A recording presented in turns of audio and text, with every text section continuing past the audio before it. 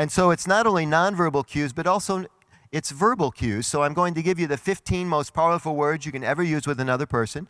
You might want to write them down. You'll never remember them. But if you don't have anything to write with, there's a good YouTube video. Just do my name, Angelo Caruso, 15 words, and it'll come up on YouTube for you. But the 15 words go like this. The 5 most powerful, the 4, the 3, they add up to 15. The 5 most powerful words you can ever use with another person are, I am proud of you. I'm proud of you. And even Eve Conway, who's running the show here, likes to hear this. District governors like to hear this. Presidents of clubs like to hear it, right? We tend to say it to the Rotaractors and to the Interact and to the young people. But older people like to hear, I'm proud of you too. And of course, if 1,500 of us on the way out say to Eve, Eve, I'm proud of you, great conference, she'll just wink at you and say, I was in the program with you. I heard Michael say that, but she'll say thank you very much because it means something when you say I'm proud of you. The 4 most powerful words are what is your opinion or what do you think? And I feel so strongly about this question, I even ask it when I don't care what you think. Sometimes I'll ask you what you think and then I'll write it down as if I've never heard it before. You see, what's important is that I ask you. What's important is that you ask people what they think. Sometimes you'll get an original opinion, but most of the time it'll be something that's already been, discussed and talked about. It's okay. If you don't ask people what they think you don't care.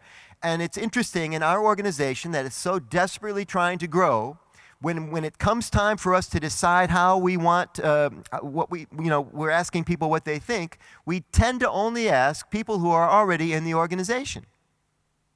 And who should we be asking? Prospective members. We should be asking them, do you like it when we do this? Did this make you uncomfortable at all? Did you favor this? And yet, when we take these polls, we ask the people who are already in the organization. It's interesting. I think it's interesting. My new favorite question to ask people, by the way, is what do you do for a living?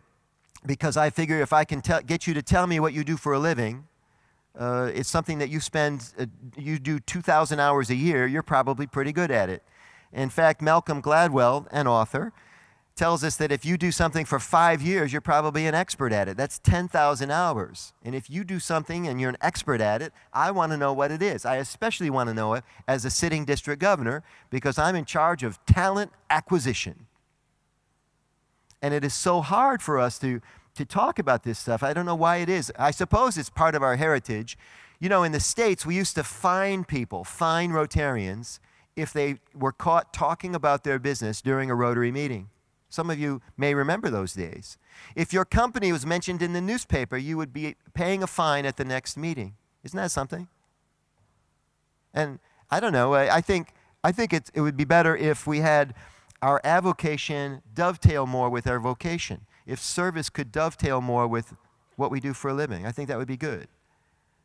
Of course, we don't want to do a lot of business during Rotary. That's not really the purpose of Rotary. But I don't see why they have to be or how they have to be what we would call mutually exclusive.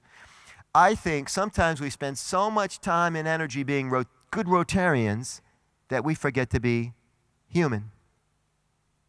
A number of us in the room missed lunch yesterday. Raise your hand if you missed a meal yesterday because you were attending Rotary. Yeah, it's okay. It's all right.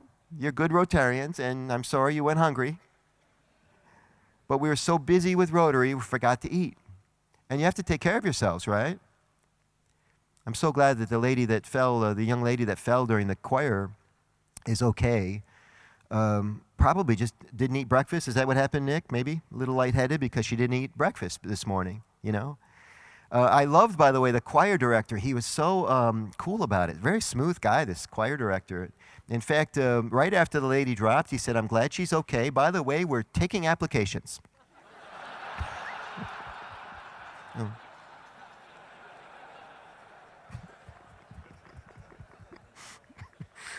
We should do that, man, at Rotary.